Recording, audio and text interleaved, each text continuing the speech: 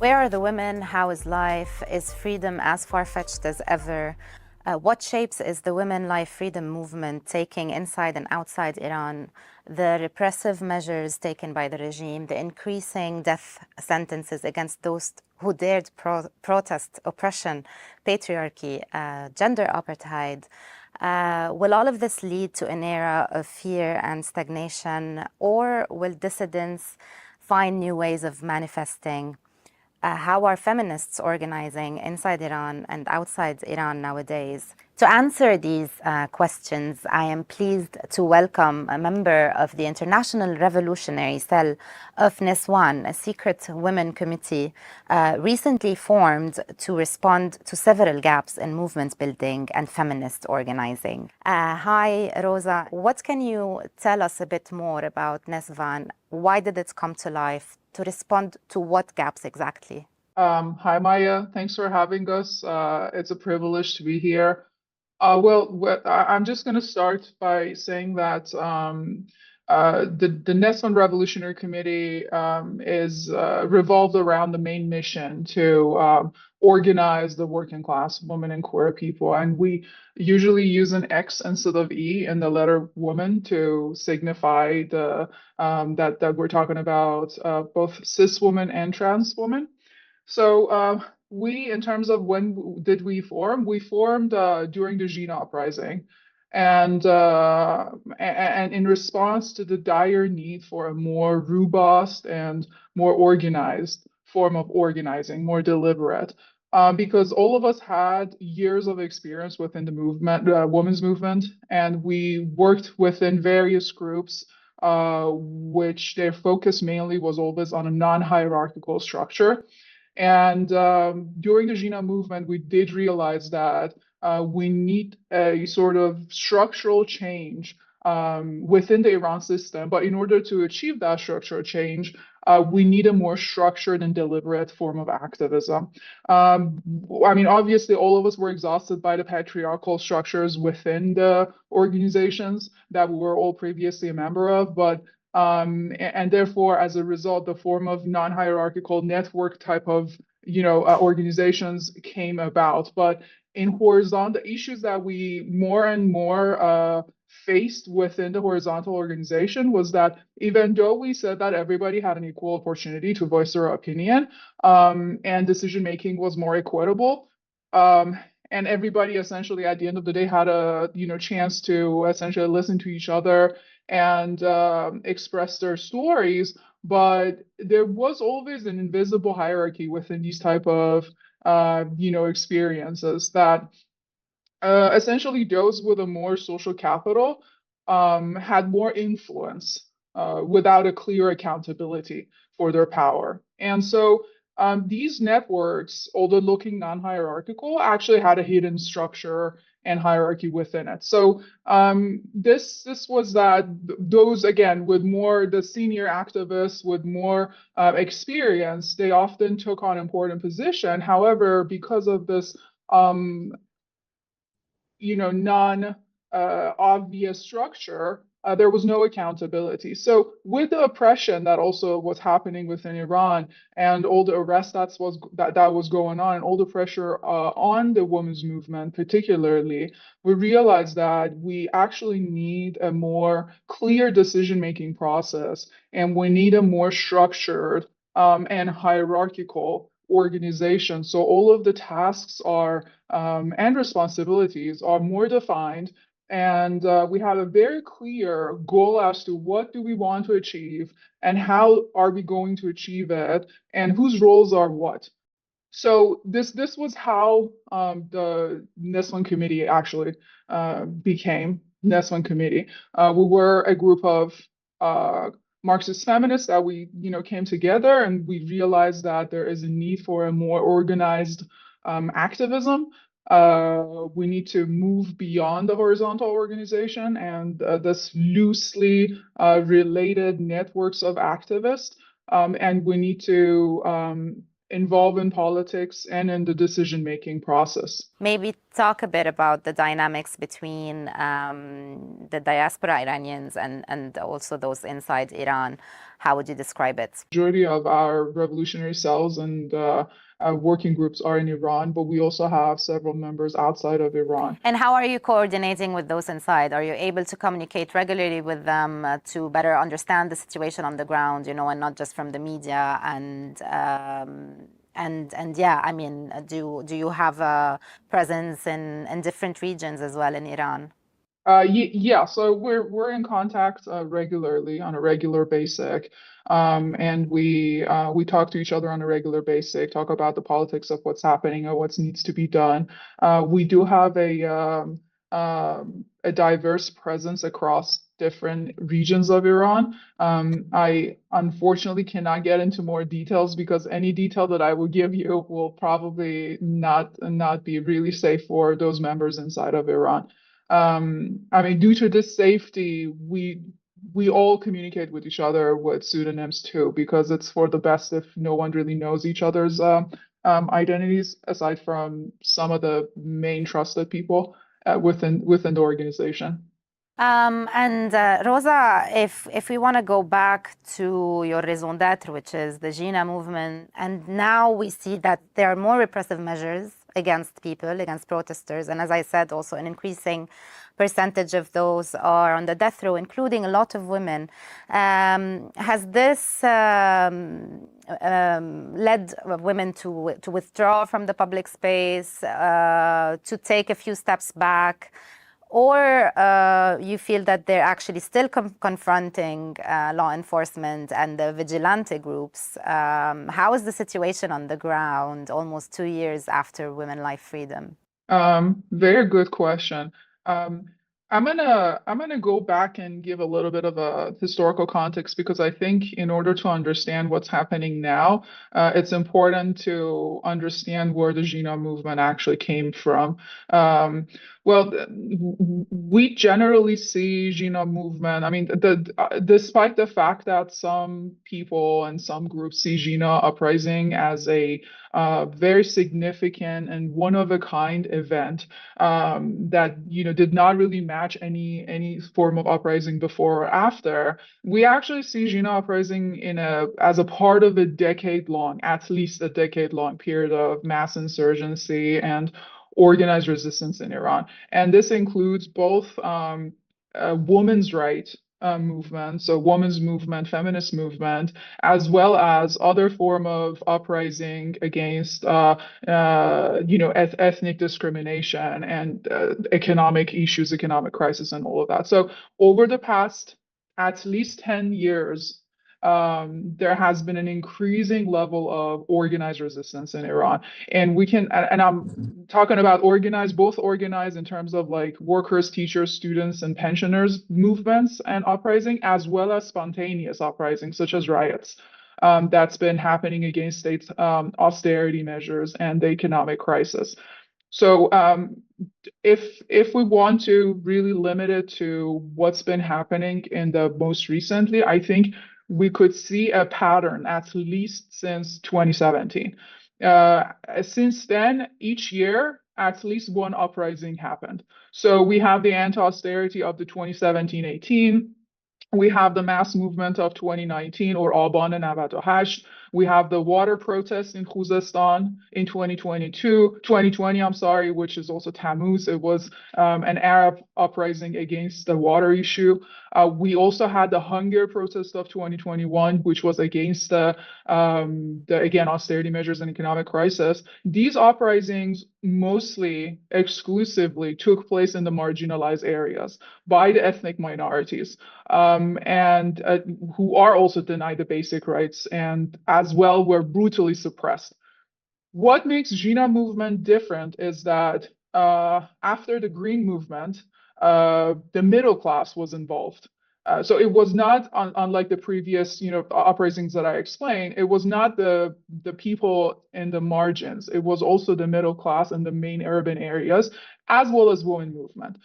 But also, when we talk about the women's resistance against hijab and compulsory hijab and the body autonomy, I think it's also important to go back and look at some of the chain events that happened, again, since 2017. So the main one, the most important one, is the Enqilab Street Girls.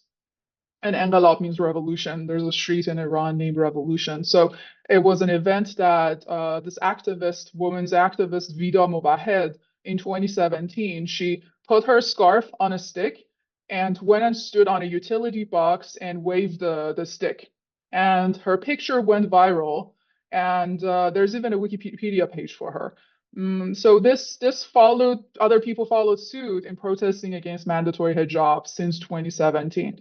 And so I guess I gave you all of this background to say that the ژینا uprising cannot just be seen as the beginning of people's resistance against the Iranian state, but it was a natural progression from the previous uprising. And it won't be, I mean, there are people and, like, critics who say that the revolution's still going on, or even call it a revolution.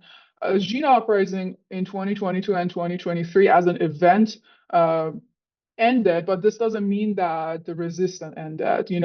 I mean, the very fact that we exist as a revolutionary committee and we came out of this essentially uprising means that the resistance continues as it had or has been continuing. Yeah, so it is obvious that, change and revolution is not a one-time event, and ژینا did not happen in a void, absolutely. And the credit goes a really long way back in Iran's history, and I think everywhere in the world. It's an accumulation of it's a series of events and efforts by so many change makers, including leftists, working class, and the ethnic minorities. As you said, they played a huge role, specifically in Iran as well. But when it comes to the present day, if you can just give us a picture of the current reality as relayed to you by Iranians inside Iran, is it worse for women right now? Well, obviously the suppression has increased. The number of executions has been increasing more and more. At least 500 people were executed so far, and thousands of people were arrested. So we can talk about this all day and long, but when it comes to, women, I would say that, I mean, the structural issues has been always there, right? And over the past couple of years, at least the past decade, the issues against women has gotten worse. So, for example, one of the issues that we work in the committee on is the issue of abortion and body autonomy. So hijab is one part of it as the body autonomy issue, but I think abortion is another one, because over the past year, at least 2021, but with the current administration, Raisi, since 2023, it's gotten worse. Because on the one side, the government wants to control the population because there has been a decrease, an issue of decreasing population, because obviously women have higher education, the age of marriage has rising, less people are having children. So this is one important issue for the government, that the government wanting to control. And how do you control this? By controlling women's body. So there has been draconian laws and rules against abortion putting in place. Not that they didn't exist before, but they weren't as horrifying. And also the role of women as mothers and as caregivers has been more stressed upon over the past several years. And with the labor laws that's been passing by the administration and all of that. So Rosa, I'm sorry to interrupt you, but you're saying they're becoming more horrifying. In what sense? Like, I mean, it has always been illegal unless, the woman's life is in danger or the child has a lot of genetic issues. So what's different with the 2021 law? So before that, you could have, I'm not saying it was easy, but you could have gotten an abortion up until the first 4 months, right? And it was always difficult. Like you said, it was always contingent upon, an issue, but it wasn't generally such a problematic thing. But now they have changed the law, and so they're restricting the access to contraceptive pills. They're restrictive the access to doctors for abortion. Doctors could actually, their office could get shut down if they give abortion. So they're making it really hard. So now you have to go into see a committee of doctors that they would decide whether there is a danger facing the the infant, I'm not calling it an infant, but the pregnancy, or yourself as the mother, and then you could get the abortion. But before that, it wasn't as difficult. Another thing that I think is very important to mention is how restrictive it is for working class, because again, so there are always ways within this network of, feminists, and this is part of some of the works that we do, to provide safe houses and provide, access to allies or allied doctors.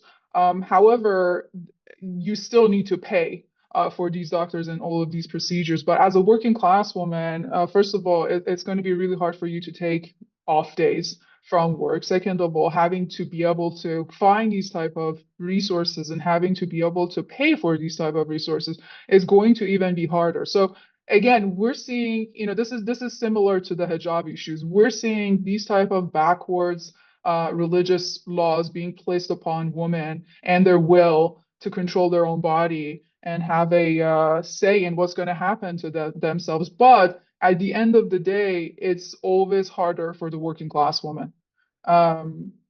Exactly, and if I'm not mistaken, they're turning ordinary people into police, like somehow, like the preservers of morality. If I understand correctly, also like women have to, and doctors, they have to declare the pregnancy. And so the system will need to monitor. Right, exactly. I mean, that's always been a thing with the Islamic government from its inception, trying to this is, I mean, I'm not trying to get too theoretical, but this is one of the main ways that power works and control works. You're making smaller cells that will control, like people control themselves and each other, and then you do that. But yeah, the entire basis for the morality police, or amr bil ma'ruf and nahy az munkar, which they call it, is that if you see us, say it or call us. Which I don't think is necessarily limited to the Islamic government, but this is how they're doing it with respect to some of these laws, for example, the hijab and abortion, like you said. As a secret women committee, you're also challenging this, and I saw that you are drawing graffitis and distributing flyers inside Iran, also addressing this matter. So what are the actions you're planning to take to challenge this severity in the changes that we've witnessed the past few years? Some of the work that we do, I mean, it's essentially street work and grassroots education, because we believe that there are still some issues that women need to learn and know and understand, because there hasn't been any sex education in schools, for example, or at some point on, after the Ahmadinejad took the administration, like during Ahmadinejad administration, he came to power, some majors, for example, women's study major was eliminated from school. So these sorts of structural, but at the same time institutional restrictions against women limited the form of knowledge that is accessible to women and queer people.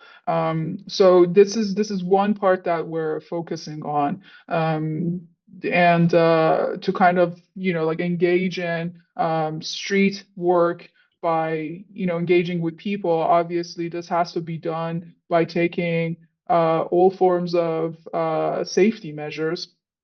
But at the same time, in grassroots teaching and grassroots education, we believe that no change can happen from the top, and the people that we see as our allies and people that could actually lead an actual revolution that would lead to structural change, they come from the street and not from offices or from State Department, and so on. So you really here are criticizing the approach of legal reforms and advocacy, like the traditional advocacy that the feminist organizations have been leading. Is that the case? Yeah, because I mean, as I tried to explain in the beginning, women's movement in Iran has came a very long way. During the reformist era, we had the 1 million signature, for example, movement, and so many of the at that time, women still believed that through, and just not women, the entire society, the zeitgeist of that time was that through legal reform and through reform per se, we can access to some of the laws and some of the rights that were taken away from us. But then with the suppression of that movement, some of its main members are still in prison, by the way. We realized that through reform, nothing can be done. And this was also kind of amplified during the ژینا movement. Some of the chantings that people were chanting in the street was that no to reform, no to regime change, we want revolution. So this was just like a very basic translation of some of those slogans. But during the ژینا movement, I think was the time that people publicly announced that, okay, we're past reform. We now realize that legal change does not work anymore with this current system. And that's why we need structural change and we need revolutionary change. Are you in touch with feminists from the Arabic-speaking world, from other countries around Iran? You know, Daraj Media is an Arabic-speaking platform and speaks to Arab audiences. So are you building connections there? And do you think they're important? And how these connections can help the movement inside Iran? They're not just important, they're vital, because I think if anything, the ژینا movement showed us that the ژیna and all of the uprising before that I mentioned earlier, they showed us that this is an issue of the marginalized communities because yes, the issues of body autonomy and women's right and all of that are more of a national thing. But at the end of the day, the form of intertwined and interconnected discriminations that women and queer people in the margins with different ethnic the ethnic minorities are experiencing are beyond imagination. And I think ژینا movement was the point that all of these issues were essentially culminated and they came to the front. Not that again they didn't exist before. It was just that the ethnic I don't want to say the farce people, but I want to say this the ones at the center of the power essentially tried so hard to push these voices under the rug. But I think to answer your question, yes, women and queer people of ethnic minorities, including the Arab women, I think they're at the center of any possible and actual change that is going to happen in the future, and we are aware of this. However, I think it's worth mentioning that due to systematic oppression over the past 40 years, and I'm not going to only limit it to the current government, to the Islamic Republic, even before that, the Pahlavis era, these ethnic groups have been systematically oppressed. So when we're talking about coalition, we need to make a larger coalition. But the issue is the access and the structural, segregation that's essentially happened out of this form of suppression. So we need to go against this form of segregation, but this makes our job harder. But I think this is what needs to be done, which is, by the way, this is, I think, the main point that has been missing from the women's movement in Iran, as far as I can think of. So the reformist movement, the 1 million signature, and even up to today, the right-wing foreign opposition.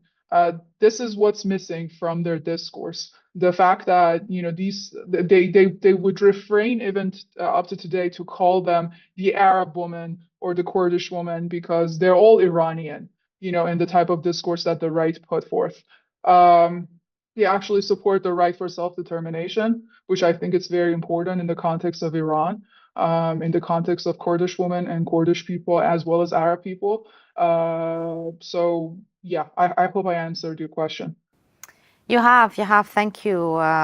Thank you, Rosa. And finally, I wanted to ask you about Palestine.